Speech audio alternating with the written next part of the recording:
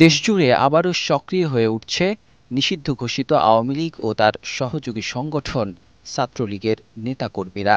সাম্প্রতিক সময়ে দেশের বিভিন্ন জেলায় তারা ঝটিকা মিছিল ও নাশকতা চালিয়ে আসছে।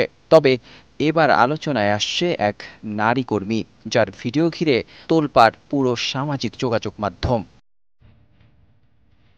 রাজশাহী নগরীর সিএনবি মোড়ে অবস্থিত জুলাই স্মৃতিস্তম্ভের সামনে দাঁড়িয়ে জুলাই আন্দোলন ও জুলাই যোদ্ধাদের নিয়ে অশ্রাব্য ভাষায় গালিগালাজ করেন এক তরুণী। ভিডিওতে তাকে দেখা যায় শেখ হাসিনার ছবি উঁচিয়ে জয় বাংলা স্লোগান দিতে।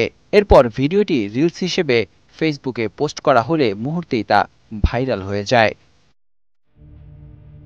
ভিডিও ভাইরাল হওয়ার পর রাজশাহী মেট্রোপলিটন পুলিশের গোয়েন্দা শাখা ও কাকনহাট পুলিশ ফাঁড়ির যৌথ দল অভিযান শুরু করে। শেষ পর্যন্ত সোমবার সন্ধ্যায় রাজশাহীর গোদাবাড়ী উপজেলার পাকড়ি গোয়ালপাড়া এলাকা থেকে তরুণীকে গ্রেফতার করা হয়।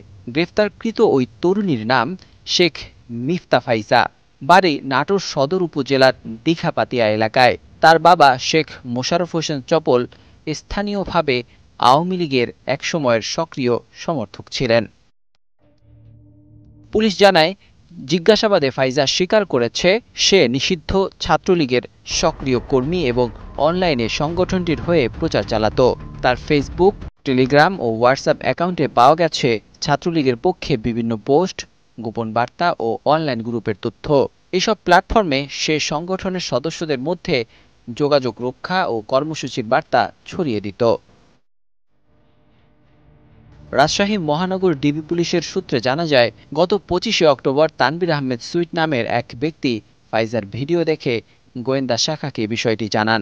সঙ্গে সঙ্গে অভিযান চালানো হলে সে তখন কৌশলে পালিয়ে যায়। অবশেষে ৪ দিন পর ফাঁড়ি পুলিশের সহযোগিতায় তাকে গ্রেফতার করা হয়। ফাইজার গ্রেফতারের পর তদন্ত কর্মকর্তারা বলছেন, তার কাছ থেকে পাওয়া তথ্য নিষিদ্ধ ছাত্রলীগের পুনরায় সংগঠিত হওয়ার প্রচেষ্টার ইঙ্গিত দিচ্ছে। Desk report, ২১ television.